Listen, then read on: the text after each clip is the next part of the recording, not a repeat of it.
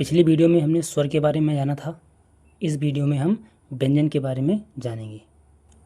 व्यंजनों को जानने से पहले कुछ ऐसी चीज़ें हैं जिनके बारे में हमें जानकारी होना आवश्यक है। ठीक है, ये चीज़ें क्या हैं? ये वो सारी टर्म्स हैं या कीवर्ड्स हैं जिनका इस्तेमाल परीक्षाओं में अक्सर होता रहता है, तो इनकी जानकारी होना हमें आवश्यक है। तो एक एक करके देख लेते हैं।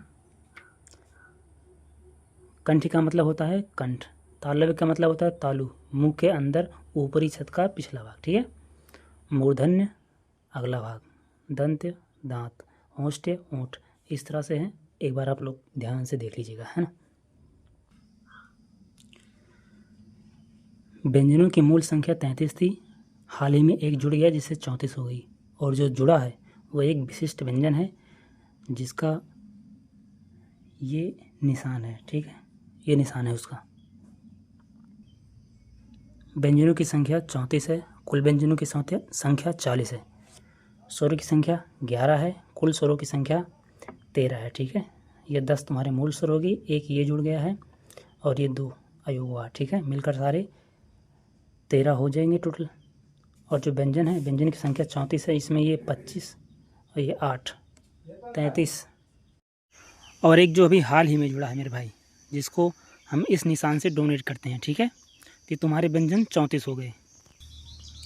तो मेरे भाई व्यंजनों की कुल संख्या 40 हो गई और ये 13 स्वर, तो 40 और 13 जुड़ जाएंगे तो तुम्हारे टोटल हो जाएंगे 53। ठीक है, तो वर्णों की कुल संख्या 53 हो गई है। अब परीक्षा में यही मार्क कीजिएगा। तो मेरे भाई व्यंजनों को वर्गीकरण 3 भागों में किया गया है: स्पर्श व्यंजन, अंतस्था व्यंजन और ऊष्म संघर्षी व्यंजन। ठीक है, स्पर्श व्यंजन संख्या इनकी 25 है, इनकी 4 है, इनकी भी 4 है, तो ये 25 और प्लस 8 33 हो गए, प्लस 1 जो नया आया है उसको मिलाकर 34 हो गए टोटल। ठीक है, तो स्पर्श व्यंजन के बारे में हम ध्यान से देखते हैं एक बार। तो स्पर्श व्यंजन में हमें मूलतः 3 चीज़ें देखनी पड़ती है। एक अघोष है या सघोष है, और दूसरा अल्पप्राण है या महाप्राण है, और चौथा है, तीसरा है कि उच्चारण स्थान का वर्ग का कंठ है, चा वर्ग का तालव्य है, टा वर्ग का मूर्धन्य है, और ता वर्ग का दंत है, और पा वर्ग का ओष्ठ है ना।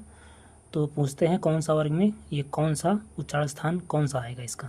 तो इस तरह के क्वेश्चन पूछते हैं जिसमें ये काफ़ी इंपॉर्टेंट हो जाते हैं। ठीक है,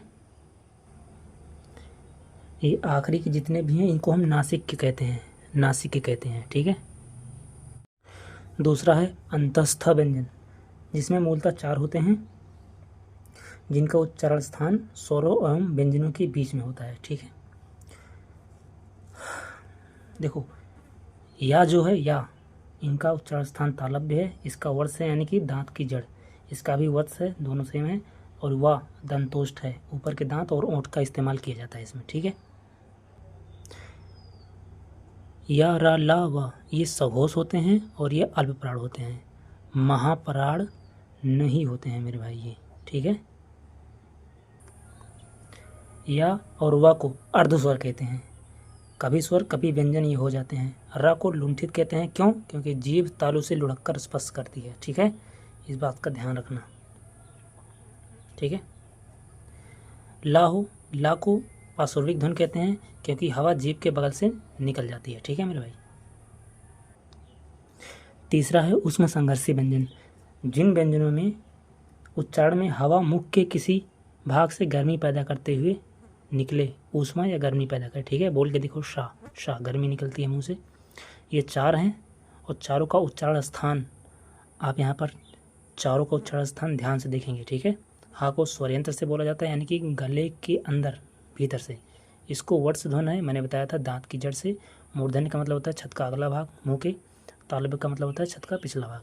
तो ये चारों का ध्यान से उच्चारण स्थान समझ लेना। ठीक है, ये तीनों जो होते हैं, बड़ा सा, खष्टी सा और छोटा सा, ये तीनों अघोष और महाप्राण होते हैं। हा अकेले सघोष होता है, लेकिन ये भी महाप्राण होता है। तो ये दोनों महाप्राण हैं, लेकिन ये अघोष है और ये सघोष है। ठीक है, कुछ अन्य व्यंजनों के बारे में ध्यान से देख लीजिए एक बार। ये हैं उत्क्षिप्त व्यंजन, जिन्हें द्विगुण व्यंजन भी कहते हैं। इनका उच्चारण स्थान जो है वो मूर्धा को जीभ छूती है, उसके बाद झटके से नीचे आ जाती है। ठीक है, दोनों हिंदी के विकसित व्यंजन हैं, ये संस्कृत में नहीं है।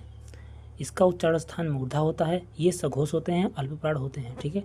और ये ढ़ा मूर्धन्य, ये सघोष और ये महाप्राण होते हैं। अन्य व्यंजन जो हैं ये अरबी फारसी से आए हैं, ज और फा, इनका भी उच्चारण स्थान आप ध्यान से देख लीजिए। यूपी पुलिस में नहीं पूछता, लेकिन यूपीएसआई में शायद पूछ ले, ठीक है। और लास्ट में है अयोगवाह, जिनको स्वरों की कैटेगरी में भी रखा जाता है परंपरागत रूप से। अंग अनुस्वार है, आह विसर्ग है। तो आज की वर्णमाला का सेशन आज यहाँ पे ख़त्म होता है। अब आप इसका मॉक टेस्ट ही दीजिए, कहीं से वर्णमाला पढ़ने की कोई आवश्यकता नहीं है। जय हिंद।